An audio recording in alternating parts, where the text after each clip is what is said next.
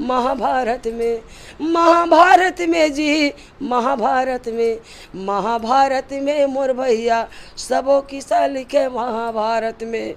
ऐसे सब पंडवानी में जोड़ जोड़ के सब गीत लगा था और पंडवानी धुन लगा था। मारो मारो मारो मारो कहा थवे दह ललकारेगा बोला न लागे, ये के दूसर में कोनो कमी नहीं है, मारे के मारेगा गिरावा थवे यग खून का नदिया वो हावेगा भाई, या वो खून का नदिया वो हावेगा भाई, या वो यही से मजा के राजा बोला थे भाई।